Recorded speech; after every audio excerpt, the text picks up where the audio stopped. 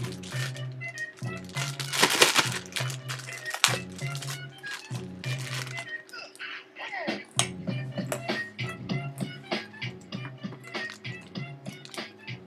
everybody. Welcome to the Tuesday edition of Joe McDonnell Uncensored from Fake Mustache Studios and brought to you by ScoreBig.com and ManGreat, our two great sponsors working with us right now. And, of course, if you want tickets, there's absolutely no better place, no better bargain than ScoreBig.com. You want to see your favorite team, NBA, NFL, baseball coming up, hockey ever get started, I mean, the first place you need to go, and really the only place you need to go, is ScoreBig.com. They have seriously low prices on sports tickets, shows, and other events in your area. And no matter who it is, no matter what kind of show it is, whether it's entertainment, whether it's sports, they have the tickets. There are always tickets. You know, teams always want you to think that the games are sold out. Well, they usually aren't. There are always tickets, and because of the relationships that ScoreBig.com has developed over the years, they're able to get those tickets for you no matter where in the building you get them, up top, down low, in between. The prices are always guaranteed to be below box office prices. ScoreBig.com is the first place you should go when you're looking for tickets, and if you're not looking at ScoreBig.com first, you're just wasting your money and you are wasting your time. And here's an offer that makes it even more interesting and better for you if you're a listener to Joe McDonnell Uncensored. Go to ScoreBig.com and enter the code JOE at checkout.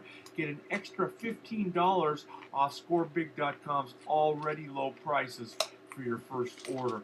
Tickets on ScoreBig.com, as I've told you, always below box office price, and that is guaranteed.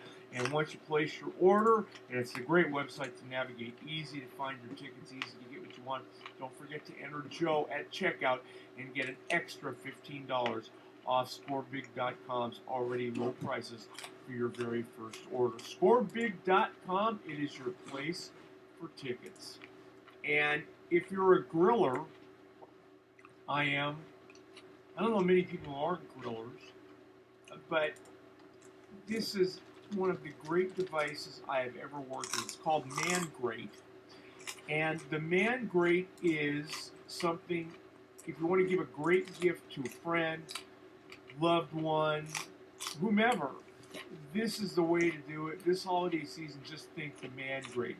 And in case you haven't heard about it, the ManGreat is 100% made in America, cast iron grilling grate that revolutionizes the way people grill. And it does. I can tell you this from personal experience. My wife Elizabeth and I use these things, and they are absolutely magnificent in cooking your product on the grill. And it's even hard to explain how much of a difference. I mean, grilling is good anyway. ManGreat takes grilling from good to great. It's already been named one of 2012's best grilling accessories by Men's Health magazines, and ManGreats are the perfect gift this holiday season.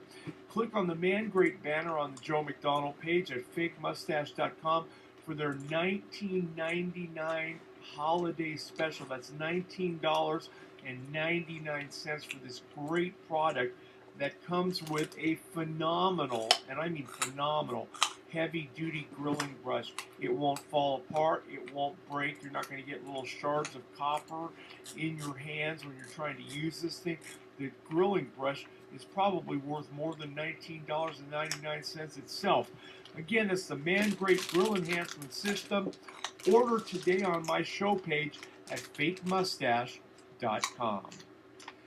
Anyway, today, or actually on Monday, I was at Dodger Stadium for a news conference to introduce Ryu, actually Hyunjin Ryu, who is the newest Dodger left-hander. They paid him $36 million. He's going to be the first Korean player ever to just step from the Korean professional leagues into Major League Baseball. And we're going to have more on that tomorrow's podcast. We get a chance to hear from him and Ned Colletti and Scott Boras. But something startling happened during that news conference. Magic Johnson, as you well know, is a part owner of the Dodgers, and he was there representing management in the news conference. And later on, myself and a couple other reporters were able to get him alone off to the side. And of course, after we talked a little bit about baseball, the talk turned to the Lakers and just how bad they are at 9-12 and what's going on. And Magic Johnson just unloaded on the Lakers, on management, on some of the players, the coaching. I mean, it is unbelievable when you hear this interview. So I'm not going to take any more of your time before we get to this interview. Here's Earvin Magic Johnson, Laker Hall of Famer, successful businessman, and somebody who still obviously bleeds Laker purple and gold. We have got to get back to playing solid defense. That will make our offense. Hopefully we never going to have trouble scoring. Gasol, if we put him in the right position, won't have trouble scoring. The White can score. So we can score, but we can't outscore anybody. You have to play defense first. Then you have to run down on offense. Two things you have to do. Defense, which is terrible. Every team is running the Lakers right now. They know that they're faster, quicker, and more athletic than the Lakers. So if that takes us to slow the game down, that's what we should do. You know what we're doing? We're speeding it up. We're putting ourselves in a tougher position. Because if we're taking long three-point shots, what does that do for the opposition? It puts them in better fast break. They can fast break in a faster way. So we got to figure out, okay, what's a good shot, what's a bad shot? And then also, do we really want to run with everybody when we really don't have runners? That's the key. So I love the Lakers so much, and I die every single game they lose. It's like I'm frustrated because I love them so much. And I don't like where we are because as I watch the faces, it's almost like they don't know what they're doing and how to do it, And so, and then it's that pointing thing. Is it your man? Was that my man? No, that was your man. The Lakers have never been in this type of situation. And then last but not least, the Lakers better understand this, and this is really important here. Every team right now is happy to be beaten. The league is happy. See? Because so much we've had the upper hand on everybody. So now they're coming in saying, wait a minute, we got a shot to beat the Lakers now. So we got to rise up to that challenge. And right now we're not. We're not. I saw that last night against Utah. Orlando Magic came in here. They didn't care about beating nobody else. If they just beat the Lakers, that's their season. And we have to understand that. And right now, it seems like we don't understand it. Huh? Is Mike D'Antoni wrong for this system, for this team? The system is wrong for this team. And if he doesn't change, then he'll be the wrong coach for this team because we don't have runners. I mean, look at the roster. Now, things would change a little bit, no question, with Steve. On the offensive end, it would change when Steve gets healthy. But that's not going to help us in terms of we're still not playing defense. We got to play defense first and then run on offense second. Even Kobe's not playing good defense right now. Why?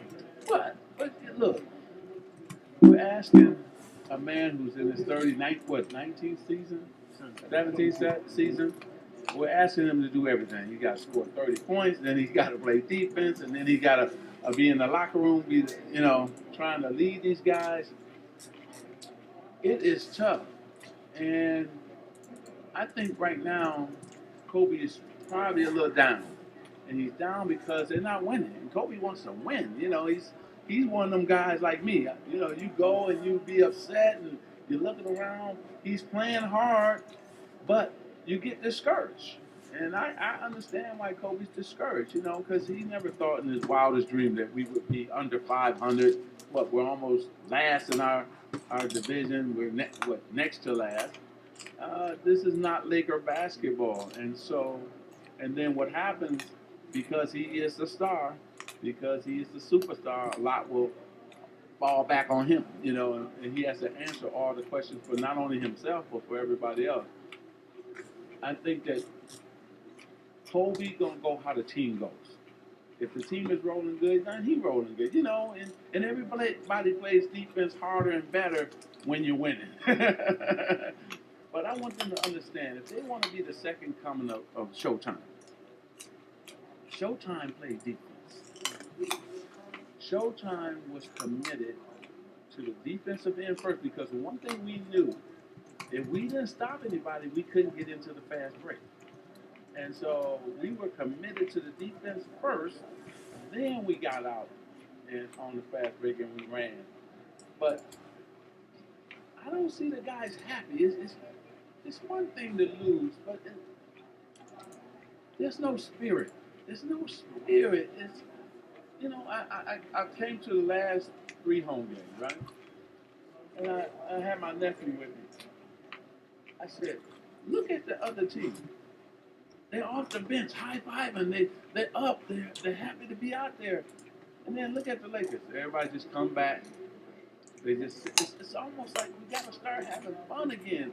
I don't know what it is. I haven't been to practice. I only been to the games, but I hope that they get back having fun. And where's the spirit? Where's the love of the game and love to play with your teammates? And that's another thing I don't see.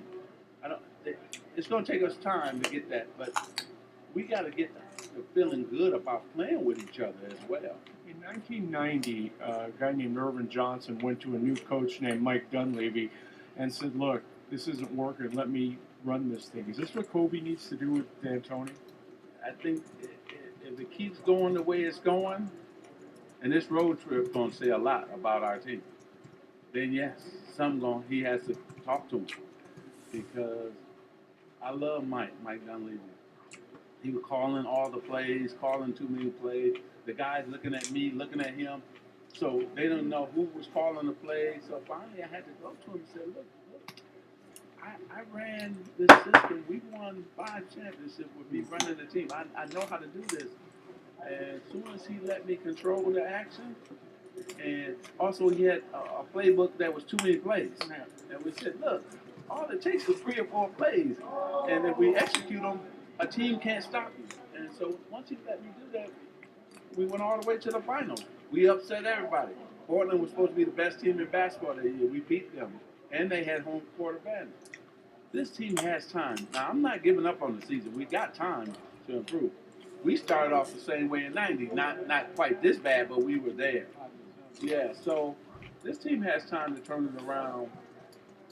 I think they're going to have to look each other in the eye and say, look, man, I'm committed to whatever, but I'm going to commit to the defensive end first. And then whatever happens on the offensive end, let it happen. But they got to commit to each other on the defensive end. They need a Michael Cooper right now. Let me tell you something. If we didn't play defense, Michael Cooper was coming to tell all of us, including myself, right? And he didn't hold back. They need somebody like Michael to step up and say, look, you don't play defense, I'm going to put my 14, 15 where you don't want it, right? And so we had an unwritten rule that we can talk to each other any kind of way to get us going, right? If I wasn't playing well, Cooper said, Matt, he'd call me Buck, get on the Buck attack. You're not pushing the ball fast enough. What's wrong with you? I said, okay, cool, you know, and we start playing. Who is that guy now? Derek Fisher used to be that guy, but who is that guy for the Lakers? And they need him in the worst way right now. And of course, you've been critical of Yeah, you know, God bless him. I mean, Mike Brown is a good guy and a good coach. I think he'll be good for somebody else. His coaching days are not over. But he's just the wrong guy for this team. Okay, so we make that mistake. And then you turn around and fire him so fast. Like, okay. So then we're saying, okay, you reach out to Phil. To me, they should have just not even talked to Phil. If you wasn't going to consider him for real, then we're going to talk to him because you got all of us excited. I'm excited. All LA, the whole country was like, oh, Phil's coming back, maybe. And then you turn around, not even negotiate, not knowing what he wanted, and then you hire Mike and D'Antoni, and again, you can hire a coach who wants to run, and you don't have a running team. Does that make sense? It doesn't make sense to me. But okay, I'm gonna give him a shot. I'm hopeful that it'll work out because I love the Lakers. So let's see. But I still feel if he doesn't change his system to fit the talent that he has, it's never gonna work. Because or you're gonna have to make some major trades, one or the other. And so, Jim, to me, you gotta rely on Mitch Kupchak basketball knowledge. You gotta reach out and look. Dr. Buss let Jerry West make basketball decisions. He just came and said, "Hey, Dr. Buss, this is who I want to trade. This is the reason I want to trade him." And Dr. Buss said, "Okay, make the move if it's gonna help our team." Jim wants to make the move and then tell Mitch to do it. No, you don't have that basketball expertise. You gotta let Mitch Kupchak make those decisions, and then we all live with that, whatever happens. And that's what made the Lakers so great because we had Jerry West, the greatest executive of our time, sitting there making great basketball decisions. Look what the Miami Heat is doing. Why are they so great? Pat Riley is making basketball decisions. And now he's the best executive in the game today. And they all come from the Lakers. Yeah, I know you're probably saying to yourself, wow, I know I was too. Startling, but obviously Magic cares, and he's not afraid to criticize somebody, and that's what makes Irvin Magic Johnson. All right, until tomorrow, hope you enjoyed the program. Don't forget to check out Man Great on FakeMustache.com, the Joe McDonnell page for the $19.99 holiday special, and of course ScoreBig.com for all your ticket needs. And until tomorrow, have a great, safe day, everybody. See ya!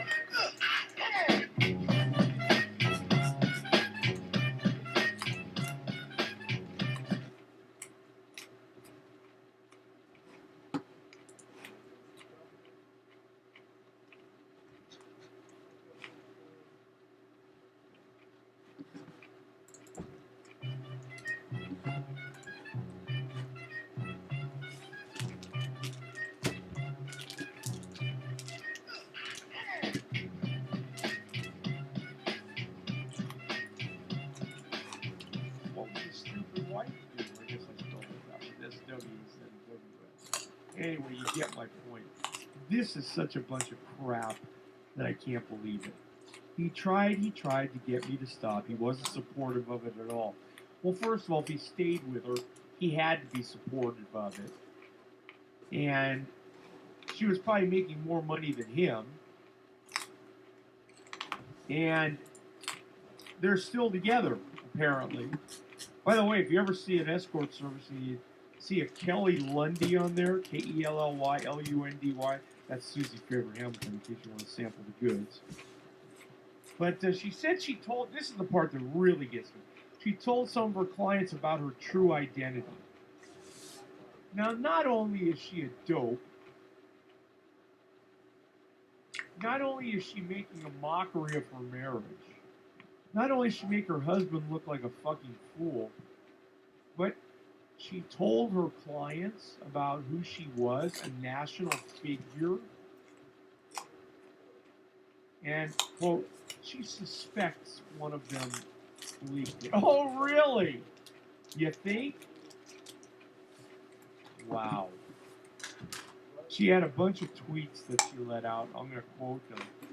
Quote, she was, and there was a quote, drawn to escorting in large part because of providing many coping mechanisms for me when I was going through a very challenging time with my marriage and my life. Getting fucked by some other man or other woman, that was your coping mechanism? Or a bad marriage and not being happy in your life? You gotta be kidding me. I mean, again, look, from a standpoint of her doing it, that's her choice. I mean, I not anything I would do, certainly, hopefully, nothing my wife would do. But if somebody wants to do that, I got no problem. Prostitution's cool with me. I mean, better than guys going out raping people. They can go pay $50, $100, $600, and that's going to be enough to keep them from getting violent and shit. Yeah, fine, great. I got no problem with that. But First of all, apparently she has a kid. And second of all, what a crock of words. Don't lie. Now, see, you're trying to tell people you've come clean here. Oh, is that the wrong choice of phrases? Come clean. Anyway, you've become you've let the story out. Now, do you expect them to believe that you were drawn to escorting, you were drawn to being a hooker because of providing coping mechanisms? What about being a hooker could provide coping mechanisms? Can you please tell me that? I have to know. The Orange County Register is reporting that Disney has canceled one of Faber Hamilton's scheduled appearances at the August 2013 Expo during the Disneyland Half Marathon weekend out here in Orange County. Now, the NCAA, the Big Ten, gives the Susie Faber Athlete of the Year award to the conference's top female athlete. They're probably going to change the name on that too. The Big Ten Susie Faber, I'm a hooker, and my husband supports it, Athlete of the Year award. Probably costs a little more. It'd be like the Stanley Cup. You had to engrave too many letters on it. But this, to me, is an absolute... But here's my problem with it. Don't take the public to be fucking fools. You did it because you wanted to do it. You did it because maybe you wanted to get back at your husband. You didn't do it to cope. Nobody goes and becomes a hooker to cope. I've talked to a lot of hookers in my day. Talk to. Not purchase, talk to. On the various talk shows I've done throughout my life, I've asked them questions. A lot of them have been into drugs. A lot of them have done it because they felt shitty about themselves from the time they were a little child. That's not the case for Susie Hamilton, apparently. Susie Faber. And this is absolutely ridiculous. You want to be a hooker? Great. God bless you. I hope you do it. I hope you're safe. I hope you don't get any diseases. I hope you make lots of money. But don't come out and try and bullshit us, because we really don't care. It doesn't become that big of a story till you start bullshitting it. All you had to do is say, yep, I did it. I fucked up. That's it. Goodbye. Let the chips fall where they may. But here are the two quotes that I just love that came from the Twitter feed. One, as crazy as I know it seems, I never thought I would be exposed, therefore never hurting anybody. Well, your husband knew, so you'd already been exposed. Fucking liar. Then she said, I fully intend to make amends and get back to being a good mother, wife, daughter, and friend. Okay. I haven't laughed this hard in a long time. If you're a hooker, you can still be a good mother, wife, daughter, and friend. Why not? I'm sure there are plenty of weekend warriors who go to Vegas and hook for the weekend, come back home after making $2,000-3,000, and they're great mothers to their kids. They're great daughters to their mothers. I don't know how great of wives they are to their husbands, and they're great friends. This is the biggest pile I have ever encountered with somebody trying to justify what they did. Just say you did it. Don't blame it on your bad marriage. Don't say it on your... you know what, I'm done talking about. Anyway, an interesting story that we're going to kind of keep up on. And keep checking back, because I'm not sure when the next podcast is going to be. Probably do one the day before Christmas, so check back on Monday. But this is beautiful. Remember Scott Kazmir? High draft choice by the Mets, traded to the Tampa Bay Devil Rays at the time, then came to the Angels, threw hard, 94, 95, and all of a sudden, A, he couldn't get anybody out, but B, his fastball was in the 80s. There were all sorts of things that were suspected. I'm not going to go into them because nothing ever became public. Therefore, I don't have any right to say anything. But I will tell you this, there's a great possible comeback story coming out of Puerto Rico. Apparently Scott Casimir is down there and lighting the radar gun up at about 94. This could turn out to be one of the great comeback stories of recent years. If he can come back and throw the ball as hard as he did, because he can do one of two things. He can come back and be a starter and do well, or he could end up being a great closer for somebody if he's throwing 94. So we're going to keep an eye on that. We're trying to get Casimir for an interview, and that's what I'm hoping to get on the program the day